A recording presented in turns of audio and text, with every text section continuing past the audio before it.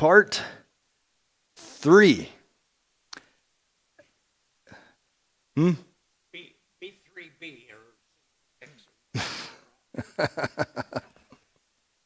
We are in the part 2 area of ethical systems. Remember, at first we talked about ethical definitions, right? We did a lot of defining some terms. Now we've merged over to ethical systems. And the first ethical system is, which is under the first category of non-absolutisms. We all know what an absolute is, right? So non-absolute are those things that are not absolute, right? Okay, brilliant. So non-absolutisms is the area of relativism, anything that's relative. And the first one that we looked at is called antinomianism. And if you recall, in the Greek, nomos means law. So nomian, nomos, comes from that word law. So anti is no law. So antinomianism literally means against or instead of the law. And it holds that there are no binding moral laws. So antinomianism, no binding moral laws. Everything is relative. What a way to live your life. It's okay, maybe it sounds good until that person comes and beats down your front door because they don't recognize any moral issue, problem with breaking into your house and stealing your stuff. All of a sudden, you wish you weren't an antinomianist, right? The big player in antinomianism, if you recall, is existentialism. Existentialism is a philosophical movement that stresses the individual's unique position as a self-determining agent responsible for making meaningful, authentic choices in a universe that is seen as purposeless or irrational. So existentialism, the way I kind of think of this is, if you're an antinomianist, you can be an existentialist, and your job is to bring some type of meaning into a meaningless universe. But that meaning can change morally based on the situation. Right? So they aim to do good, but that good is so relative that everybody's good is different.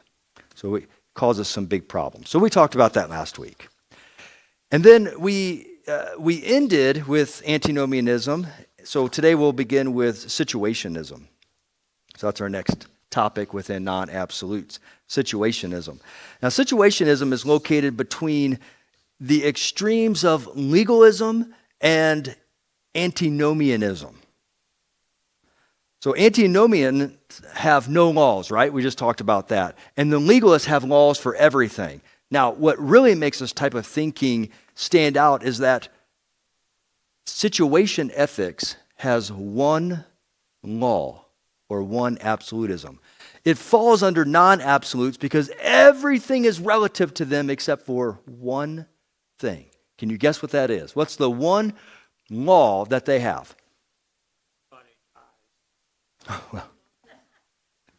Yeah. I mean, this is just a reality, right? Yeah. Okay, close. Have you heard of the phrase, all we need is love? Do you remember this? Was that? Okay, that's what it is. Love is the only absolute by which everything else should be judged. The law of love. You're required to love. Everything is judged based on that. Let's look at Matthew 22, just for a moment here. Matthew 22. Now, it's likely we're not going to pop it up, right? I don't think, yeah. So we have to use our Bibles. We have to do this old-fashioned way. Matthew 22, verses 36 through 40. And here is the law, okay? This is the absolute law that situation ethics would hold to, though they don't take it from Jesus, right? Here it is. Teacher, what is the great commandment in the law? And he said to him, you shall love the Lord your God with all your heart and with all your soul and with all your mind This is the great and foremost commandment. The second is like it. You shall love your neighbor as yourself. On these two commandments depend the whole law and the prophets. We talked a little bit about this morning, didn't we? See, would you agree or disagree that love is the only thing the world needs? Would you agree or disagree with that? Agree? Okay. It's the only thing we need. Disagree? Okay. Okay, yeah. So we have to expand on that a little bit. Okay. Because he's saying everything seats itself around the law of loving the Lord your God and loving your neighbor. I mean, that's what Jesus is saying. It's interesting. It's an interesting thought, I think. It's something we have to consider. However, from a secular perspective, there's a huge problem. Maybe not so much from a Christian perspective, because we can start to define the terms that are categoried, found within love. Love your neighbor, what does that mean? And we can start to define some terms. But from a secular perspective, we have a bit of a problem here. It turns out that love is general. Love is always determined by the individual. It's very general. There's no absolute definition of love. So, how a person responds in a situation might be quite different from how another person responds based on their view of love. How were they brought up? Their experience. Their experience of love may be different from this other person's experience of love. So that means how they respond, how they do things is going to differ, maybe quite a bit. So this leads us to ask, what does love mean? I mean, there is no specific ethical direction here. What does love mean? We don't have a ethical direction to hold on to. It goes right back to how you feel from a secular perspective,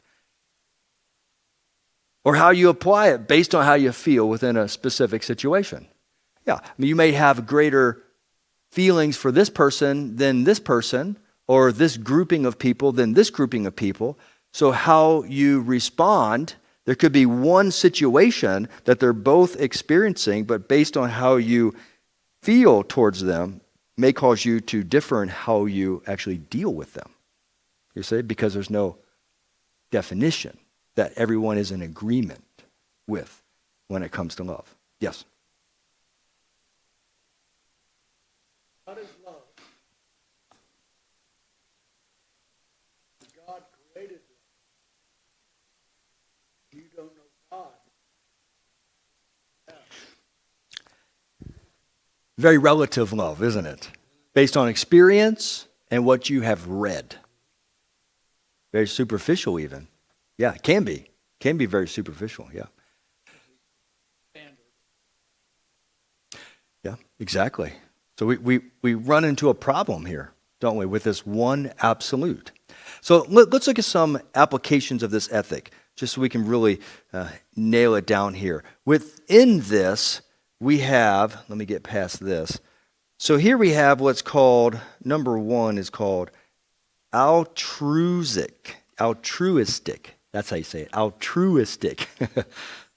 Let's see. That's really just a T right there. Yeah, unselfishly concerned for or devoted to the welfare of others. A German wife and mother of two was captured by the Russians near the end of World War II. Okay, so follow me on this. The rules of her Ukrainian prison camp allowed her release to Germany only in the event of pregnancy, in which case she would be deemed as a liability. So the woman asked a friendly camp guard to impregnate her. She was sent back to Germany, was welcomed by her family, gave birth to the baby, and made him a part of their reunited family. Now, was her adultery justified? Situationism says she acted out of love for her family, right? Because love is the only moral, binding, absolute law. So whatever needs to happen for the love of the family is okay to do. There are no other binding moral laws. Let me give you this. Let me give you another one here. Sacrificial suicide. If a man has only two choices of taking an expensive medicine, a course of action which would deplete his family's finances and cause his insurance to lapse, in order to live 3 more years, or else refusing the medicine and dying in 6 months, which is the loving thing to do? Well, situationism says sacrificial suicide is the right direction. Don't put the burden, this one absolute, love. If you love your family, you won't put the burden on them.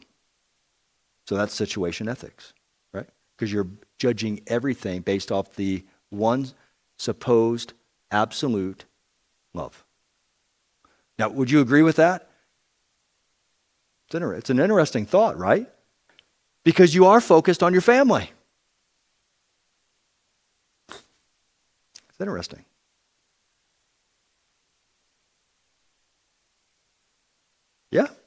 Yeah, right. There's a lot of things to factor in. When we make decisions morally, oftentimes it's based on love. We're judging our moral standards based on love. And we all do this to some degree with our families.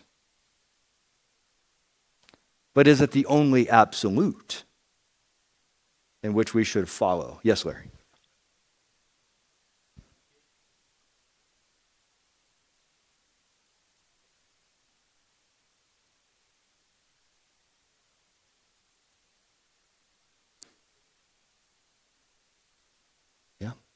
To them, it was the highest moral law, in a sense, right? Matter of fact, when we get to graded absolutisms, which is the last category of absolutisms, you will see in graded absolutisms, after you say these words enough, they just don't come out. You will see that there are graded absolutes, graded moral standards, like a hierarchy. And we're going to look at it from a biblical perspective. It's going to get us really thinking. Yeah. But here, love is the only way. Here, look at this one. Merciful murder. A man is hopelessly caught in a burning airplane and begs to be shot so that he does not have to suffer. Is that justifiable, merciful murder? I mean, these things played out a lot within wars. Were they, would it be wrong to let this man go down with the plane and suffer? Or would it be right to take his life right away? I mean, we see these types of things in movies, don't we? And maybe there's a part of us that says, wow, whew, that's what I would want. Justifiable mercy, murder, right? Well, that falls into the category of situationism, where the only absolute is love, and everything else you do is relative as long as you carry out that one absolute. What if Hitler had been assassinated? In 1841, the first mate of the ship, William Broylen of Liverpool, was in charge of an overcrowded boat and ordered most of the males thrown into the sea. Later, this man was convicted of murder. Situationism ethics, however, would say that this man acted out of love for the greater number of lives. Interesting, huh? Because if he didn't throw him off board, then the whole ship was going to go down. So didn't he act out of the greater love for everyone else? So if he was a situationist, which he obviously was, then the only absolute that he has to follow is love. So he followed it to the T, but he was convicted of murder. Was that the right thing, do you suppose? Should he have been convicted of murder? Or did he love the most by throwing the least out into the ocean to die?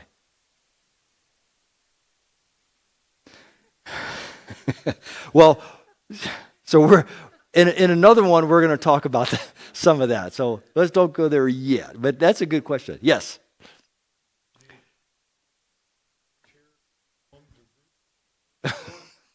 No, of course not. Yeah, that's true, isn't it? Yeah, that's true. So was he acting out of the greater? If he was acting out of the greater love for everyone, then he would have been one of those. Yeah, he should be. Yep. Yeah. The captain's got to stay on board, right, to save the rest. Yeah. Yeah, it's tough. So according to situationism, whatever the conflict of moral norms, and there's always conflict. As we get further into this, especially into absolutisms, we're going to recognize, matter of fact, the second absolute is conflicted absolutes.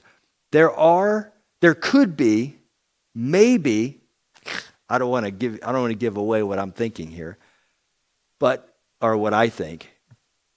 But what happens when moral laws conflict? Well, if you're a situationist, they'll never conflict because love is the only law that you have to abide by. Okay. All right. Pretty simple, right? Nothing to it. Yeah. I wouldn't want to be the guy that the male on the boat that this guy decided needed to be thrown overboard for the sake of everybody else. I think, hey, let's figure this out. Yeah, Titanic, right? Yeah. Draw straws, maybe. Yeah. Maybe they all should have. Yes, Kenny. Yes.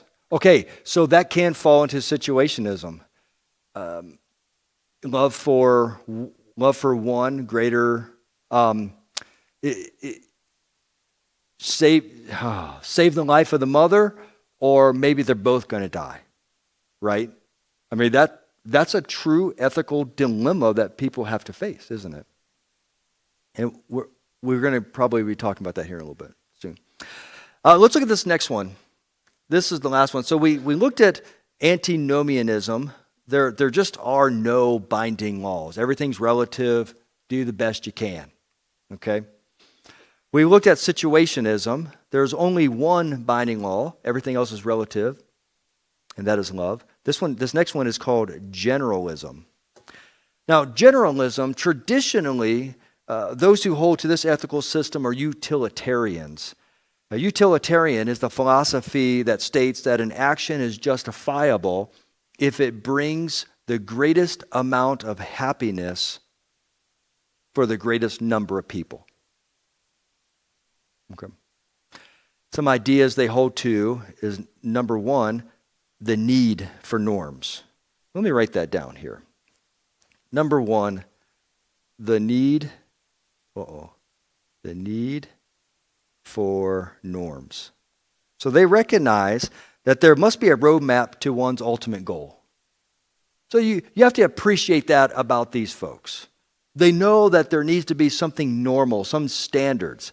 There should be some moral system that is consistent that we all can abide by.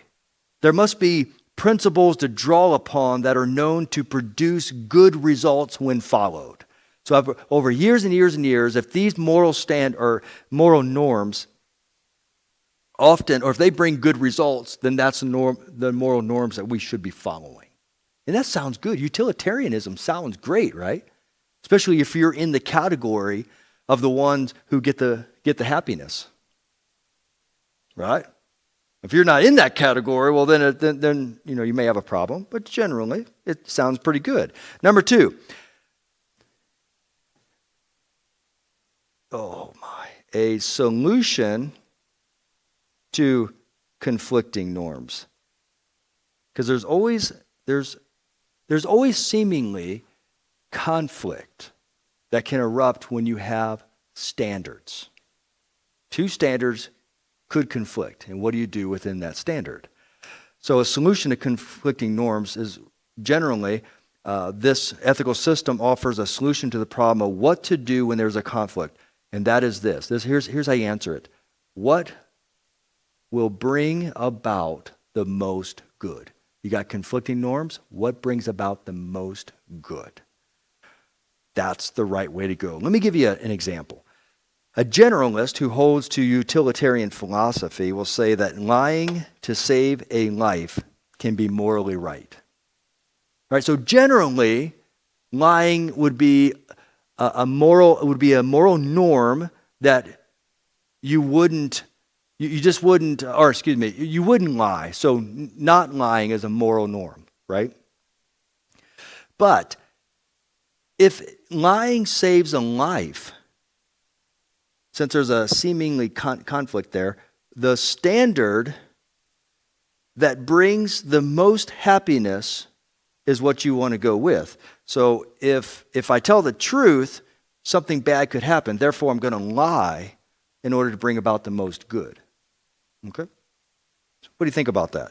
Is that good? Is that a good thing? Yes, Larry.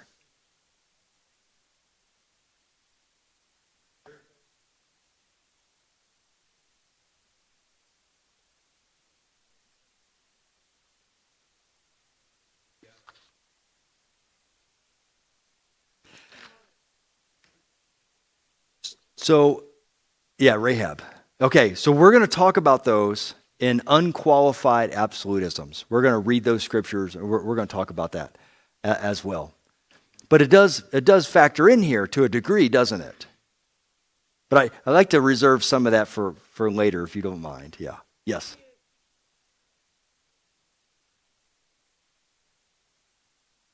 There you go. Yeah.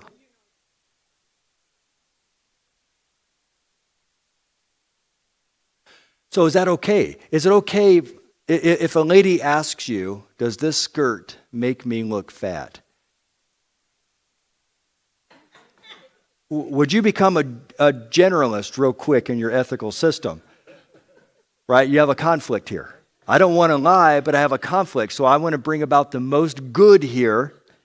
So I'm going to say, hey, you look better than you've ever looked before. Right? And you're walking away shaking your head. That's not love, no. But the generalist they don't really, yeah. Well, it depends, I guess. Depends on, yeah. Exactly, yeah, she could know where you sleep, exactly. You know, as far as these guys go, if lying in a situation would be more useful or helpful to most people, then one ought to lie. We're going to be talking more about this in unqualified or in the next section of absolutisms. So I just want to hit on it now because when we get into the next section, which typically all theists, people who believe in God, follow these.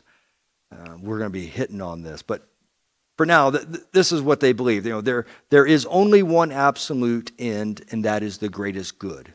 All right. So if your absolute is the greatest good, then you can do whatever is necessary. There are no conflicting morals anymore, as long as you bring about the best and the most good to the greatest number of people. So their thinking is that when moral principles conflict, the conflict is not ever an absolute. Therefore, there's always a possible exception. Next, some generalists have an unbreakable norm. So there's a category of generalists that do hold to an unbreakable norm. For example, saving lives or keeping promises should always be the normal thing to do. So there are some of these folks that hold to that. We should always save a person's life. We should always keep our promises. They kind of consider that this an absolute as long as the end or the ultimate goal has been reached. So they look ahead and they say, okay, if I know that the ultimate goal is going to bring about this, then I'm going to go ahead and carry this out. So as long as the ultimate goal is good for the majority, therefore their absolute boils down to an absolute end. And that's how I kind of look at this. is what is the end? Have you ever done this before in making decisions that you're not really making the decision so much on what you think is an absolute moral standard, a moral norm? What you're doing is you're looking to the end and you're trying to figure out, if I do this or if I don't do this, what's going to happen at the end? That's what these guys do. They're looking at the end to everything. They're saying, well, if we do this, then this could result. If it's bad, therefore it's a negative. I should employ a different norm in this situation. Is that a good way to live? Yeah.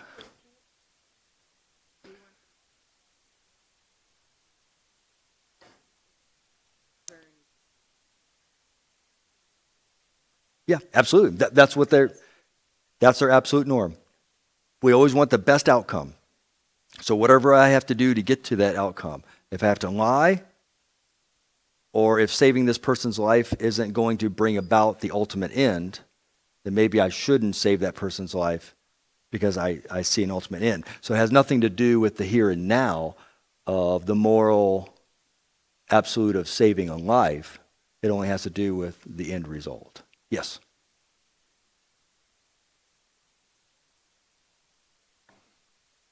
That's one of the problems here. Yeah. Yeah, so as we talked about in our definitions, when we are living our lives in that world of relativism, opposed to the life of I forgot the word all of a sudden. Objective truth. So if we scoot out objective truth, remember, objective truth is that which is transcendent from us. That God has a standard, a moral norm, and that He imposes that on us. But if we reject objective truth, and hold to relativism, then our standards are always going to be in a state of flux. And they're going to be influenced by the majority or whatever culture or society we live in at the time. So how you see the end and how I see the end might be different. And then that would judge, or we would judge differently based on how we see the end, on how we perceive what norm we should employ at the moment. It's just relativism is a mess. Yes, Jim.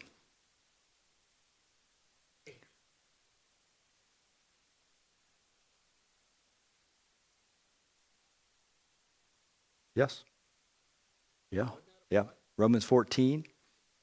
Romans 14-ish. Okay, so let's look at Romans 14 for a moment. Okay. Too much what? Oh, blush. What's rouge? Come on, Jim. 21st century. It's blush, man. Okay. Okay. Okay.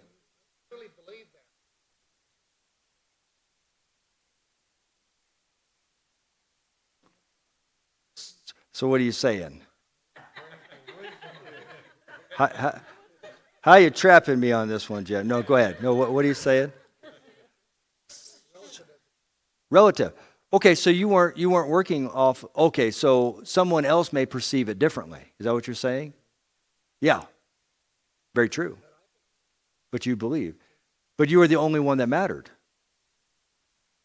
She wasn't asking everybody else. But if you asked someone else and someone else was not in agreement, and they said what Jim said, they would be lying. And is that an appropriate moral standard?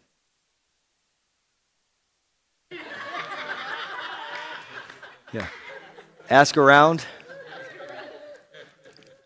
Yeah. Oh my. Should we base our belief system on what is best for the majority?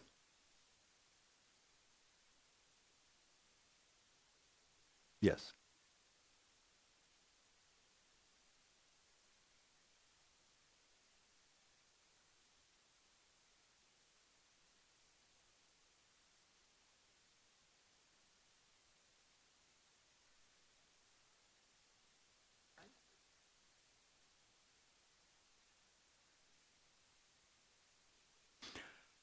Good question, but do we have to?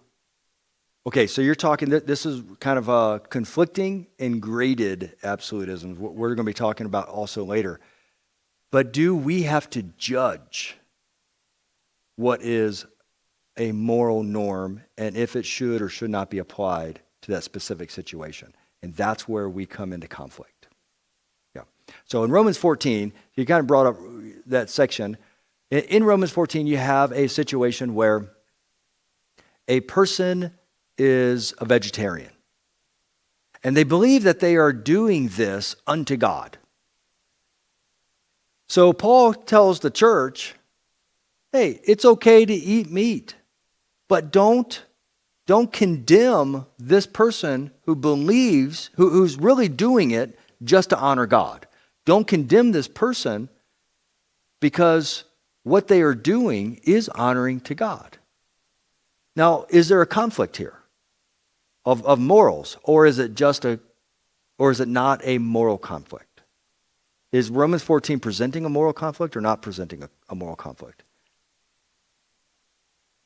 Okay, how? Why would you say?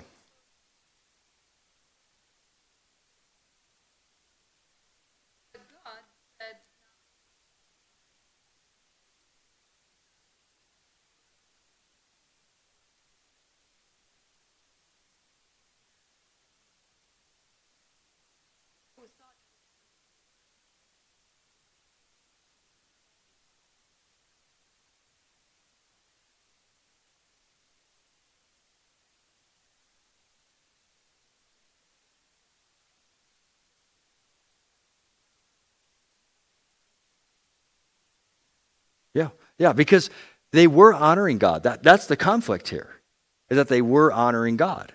So should you get after them and say, what's wrong with you?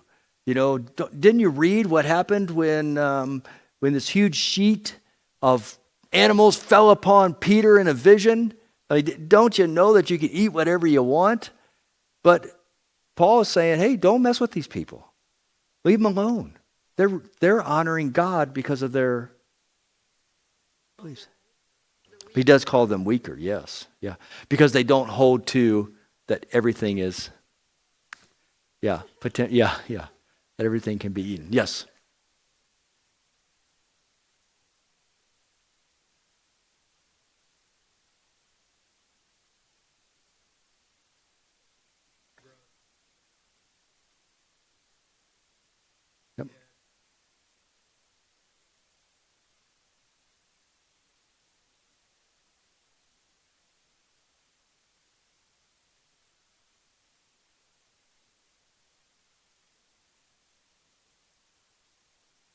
Yep. Yeah. So Paul was telling them, go ahead and go to the marketplace. And if you know that the meat was offered up, go ahead and eat it.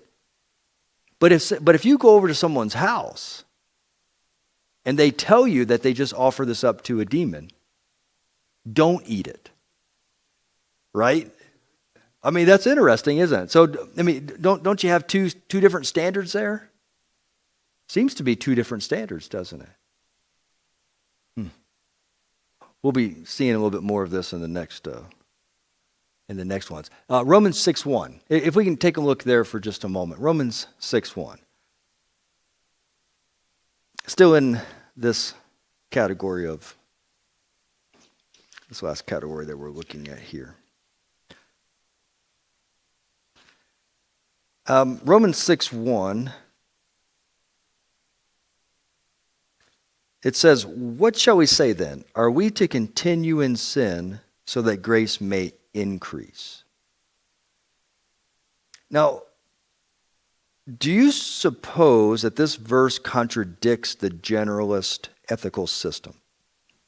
Is lying a sin? If I'm always looking for the greatest good, and I'm willing to lie or do whatever I need to get to the greatest good, does Romans 6:1 contradict that? Does God see lying as a sin? How would you answer that? Is lying a sin? Is it an absolute? Okay, it is in any situation. Lying in any situation. So Anne Frank is upstairs, hiding out in the house. The Germans come knocking on the door, and they say, "Hey, do you have any Jews in here?" And the Germans downstairs, "We have no one." What should they have said? "We have no one," or should they have said, "Well, since you asked, they're upstairs"? I mean, that's a conflict, right? But then Romans 6:1 comes. What shall we say then? Are we to continue in sin that grace may increase? So I continue to sin, hoping that God's grace will cover me. Now, the next category, we're really going to get into this more in depth. But we have to ask these questions. Yes? That actually happened with Nazis. Yeah, it happened with Anne. Didn't believe him.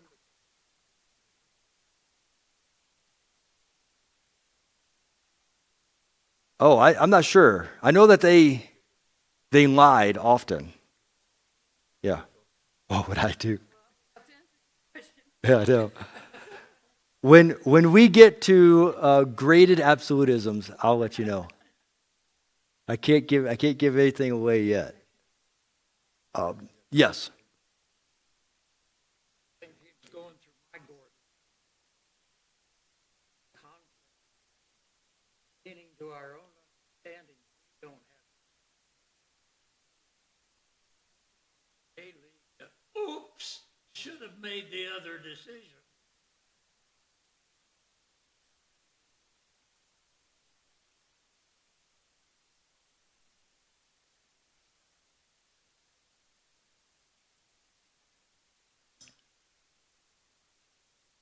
And that's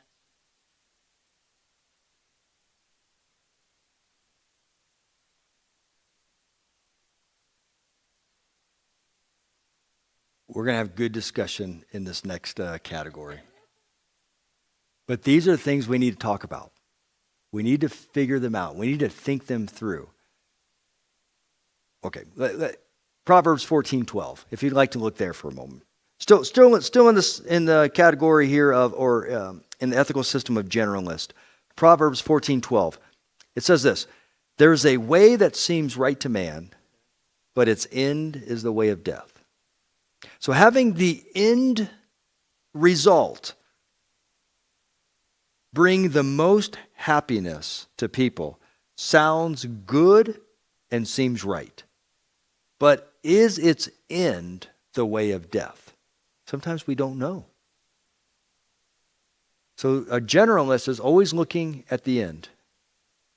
And God says, hey, your way seems right, but it may actually be the end.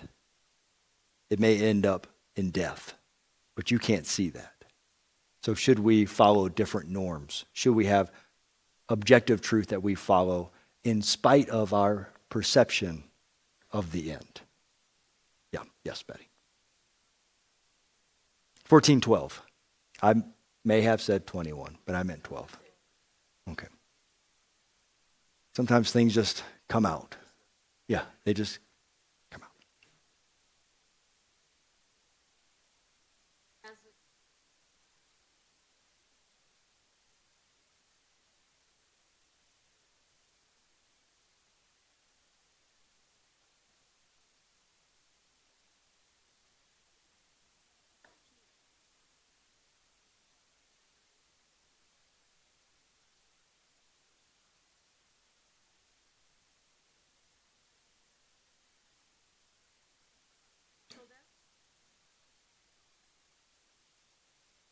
Yeah. Or death in a situation, death in a relationship, death in a friendship. Yep. Yeah. So what's going to bring the end result? What's going to be the best in whatever situation? That's what we're supposed to follow through on, right? According to a generalist perspective.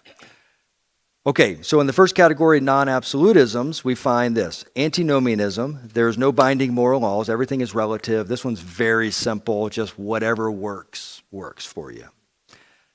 Situationism, one seeming absolute, and that is love. Everything else is relative. And I would venture to say that situationism is what we see most of, the most ethical system in America. Okay, especially with what's happening with our agents. Situationism is top. Just love. Why can't you just love? It doesn't matter. Just love them. Just love everyone. And you know what? We are to love. But do we excuse and remove all the other moral norms that we believe should be in place? Well, for them, there is no other moral norm. Everything is relative, just love. That's the standard. And then generalism is the action that will bring the greatest good to the majority, utilitarianism. Okay, let me give you a taste of this next one. We have a few minutes here. Or do you have any questions at this point? Any questions? Yes.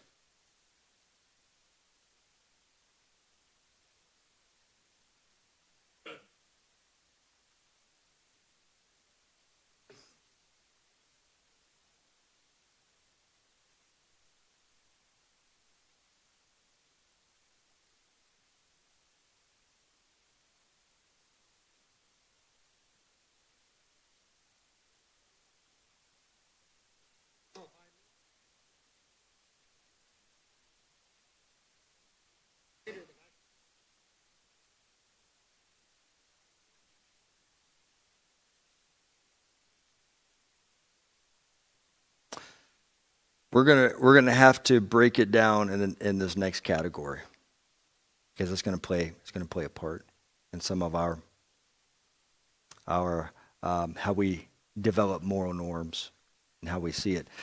That's the thing. You're right. We are, as Christians, we should be in a progression of learning what God's love is and what He did by sending His Son Jesus. At the time of salvation, we have a piece of that, and that piece is very nominal, right? Very minuscule. But as we grow, we do develop into that. And I would venture to say that a lot of our moral standards that we have developed over the years are based upon, in a very situationism way, that we base a lot of our moral standards on how we perceive what love is, don't we? We really do a lot of that.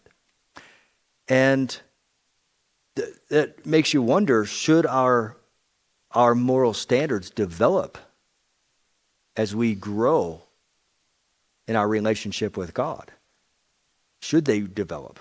Or is there one moral norm, or there's a set of moral norms that are always the same, or do they have depth to them? So let me ask you that question. Do moral norms have depth, or are they just what they are? Is there a depth to moral norms? Systems that we can learn more and more and more and more, maybe. I would say that our ethical system should be in a continual state of growth. As we develop more in who our God is, our standards should become more, they should grow in depth. And as they grow in depth, we learn to honor God more in what we are doing and why we are doing it. When we're younger, we hear, don't do that.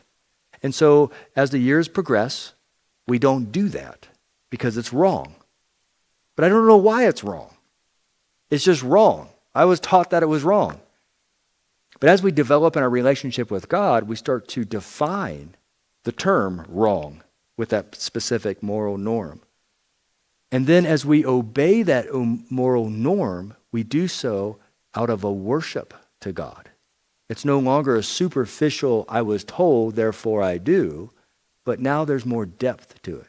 And as those moral norms grow in their depth, we aim to abide by them because we see a moral objective standard by God, and we want to honor Him more profoundly than ever before. So a part of our sanctification process and our honoring God and worshiping Him, praising Him, is following through with objective truth as we learn the depth of it. So if we are living in an arena of relativism, how much of a worship would our standards of relativism, that's a conflict, isn't it? How would that be? Can we honor God in a world of relativism? If we're living relatively, can we praise God in a world of relativism? Must we learn objective truth and develop in it to better honor God? And the things we're going to be hopefully talking about next time. Yes?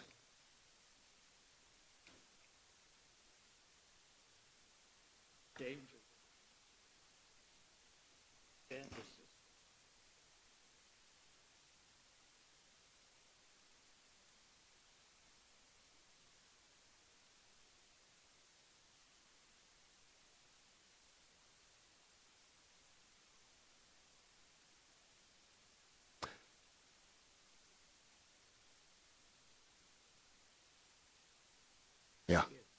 Yeah. Dark side to that. Yeah, right. So did you guys hear that about faith being interjected here? If we follow, in a sense, a legalistic system, then we eliminate faith. We're doing the best for everybody. Yeah. The outcome.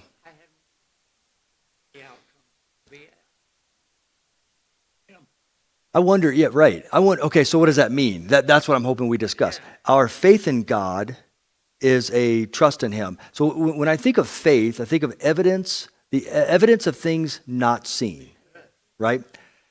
So I can't see wind, but I have a faith. My faith is that there is wind because I can see evidence of wind, right? Feel it. Maybe I get hit in the face with a leaf or something like that. So I can't see God, but based on what I can see, I have faith in God. And even what the historical documents say encourage my faith in God. Does faith then have any part of an ethical system? We're going to find out. Yes. Yeah, his ethical system. Objective truth, anyhow. Yes, Betty. Yeah.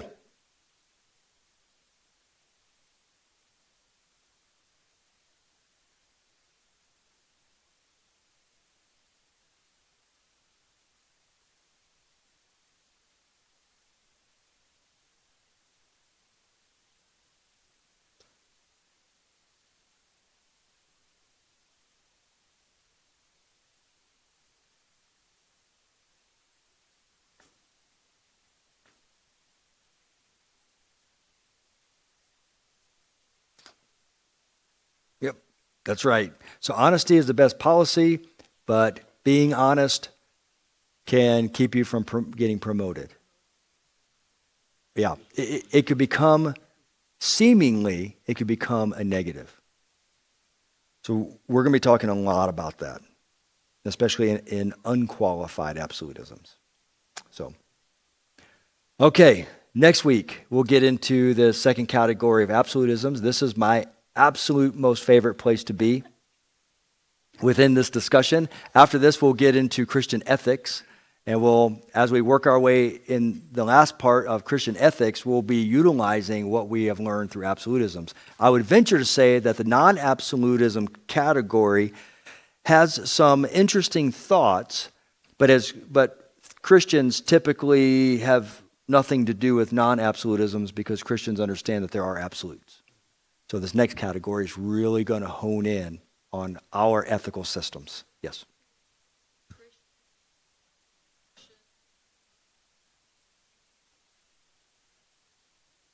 Oh, right. Okay, so good question. So if you have a Christian that supports abortion, do they fall into the ethical system of absolutes or non-absolutes? That's the question. What would you say? Non-absolutes. So we're going to discuss some of these things in some of these categories. So be prepared when we get into this next category. We're not here to argue it out. We're not here to fight it out, but we're here to learn. And that's a good question. That's a good question to ask. Because even in situationism, abortion could be a negative or it could be a positive. In generalism, it could be a negative or a positive based on the perceived greater good. But absolutisms, there are absolutes. So abortion would not fit within the category of absolutes. Yeah, definitely. All right, let me close in prayer, and then we'll get back at this next Sunday. It's going to be awesome. Let's pray. Father, thank you, Lord, for allowing us to go through this, think this through, and to really get the juices flowing in our brains. Ultimately, God, we want to know what is on your heart. And we want to walk in a manner, as Paul says often, walk in a manner worthy of God. That's what we want to do. That's why we're studying this. In one area, this is why we're studying it, Lord. Also, God, on the other area that we're studying it, we want to know why people think the way they think. If we can understand why they think the way they think, maybe we can talk to them, understand them, have some compassion, and be able to interject truth. Lord, please use everything that we're learning to not make us angry, mean people, but to make us people who want the best for the kingdom of God, want the best for people, but will not take any means, all means, any necessary means. We won't do whatever it takes to get the best, but we will follow your standards in hope that you will provide the best. That's what we want. In Jesus' name, amen. Have a great evening. I'll see you soon.